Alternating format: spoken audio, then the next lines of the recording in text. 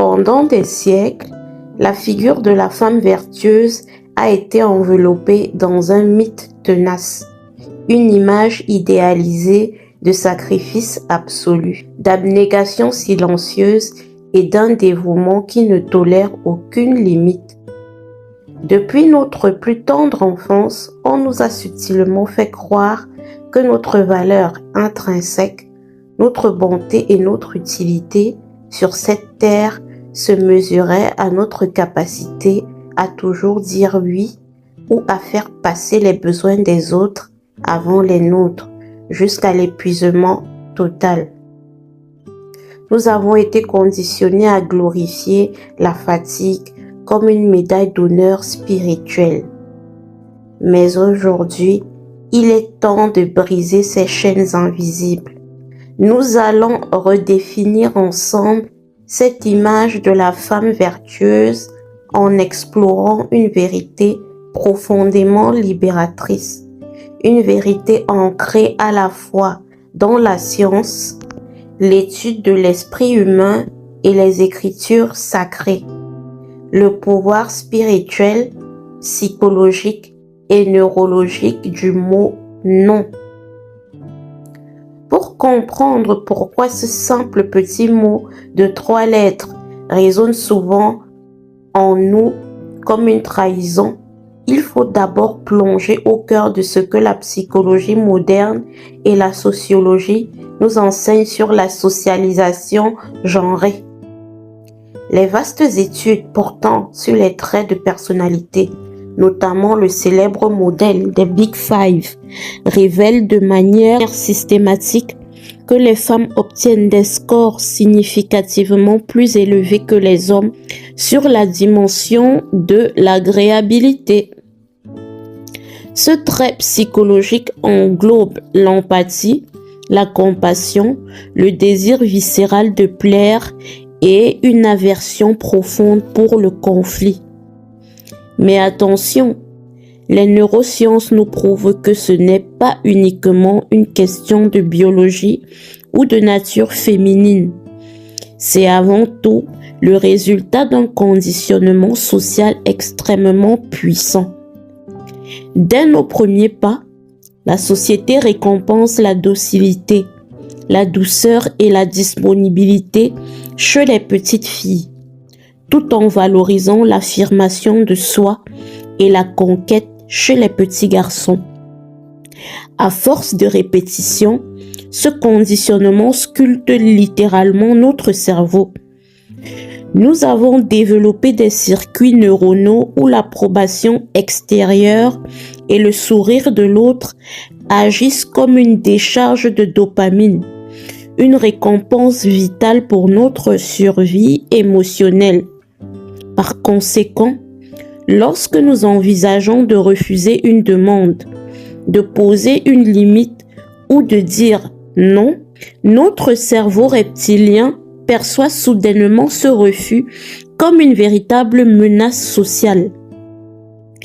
L'amygdale, qui est le centre de la peur dans notre cerveau, s'active violemment.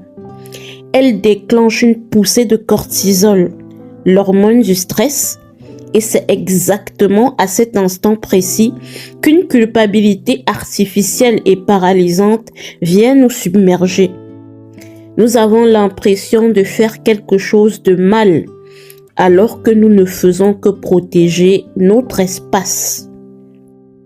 Il est donc fondamental pour notre santé mentale de déconstruire ce mythe toxique. Poser des limites n'est en aucun cas un acte de méchanceté, d'arrogance ou d'égoïsme. C'est l'expression la plus pure et la plus nécessaire de l'amour propre, le socle même de notre équilibre psychologique. Ce puissant message d'empowerment et de libération personnelle trouve en réalité son écho le plus retentissant dans l'un des commandements les plus absolus de la théologie chrétienne.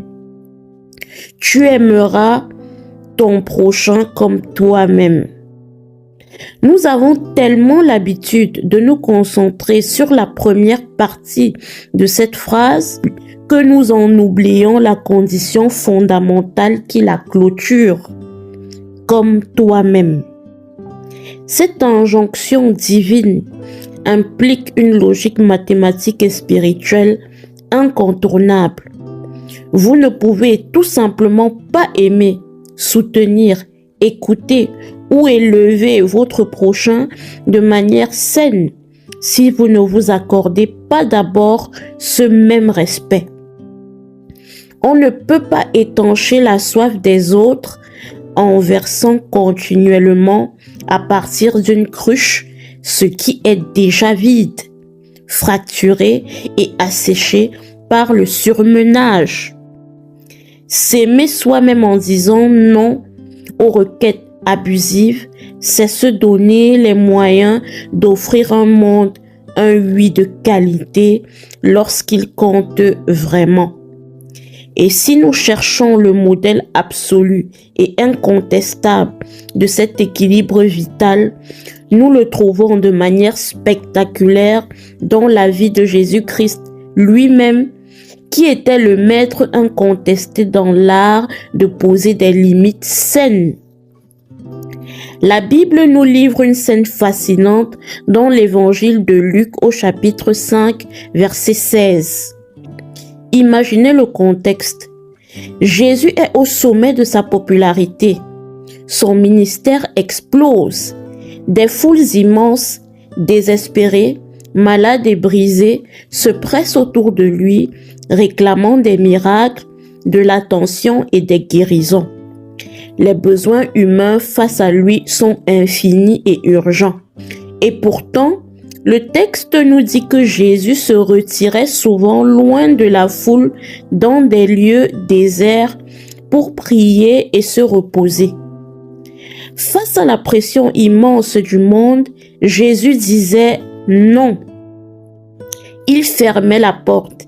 Il n'hésitait pas à s'éloigner des urgences immédiates des autres pour protéger son alignement spirituel, préserver son énergie et communier avec Dieu.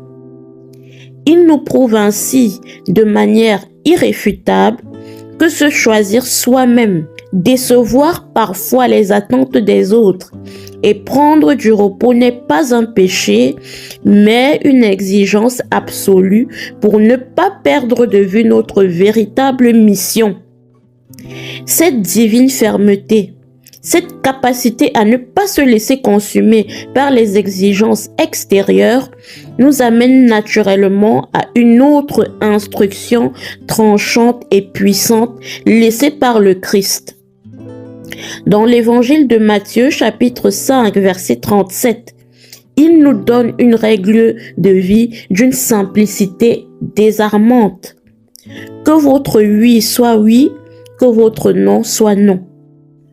La théologie et la psychologie se rejoignent parfaitement ici pour nous enseigner l'importance cruciale de l'intégrité, de la transparence et de la clarté dans nos choix. Réfléchissons-y un instant.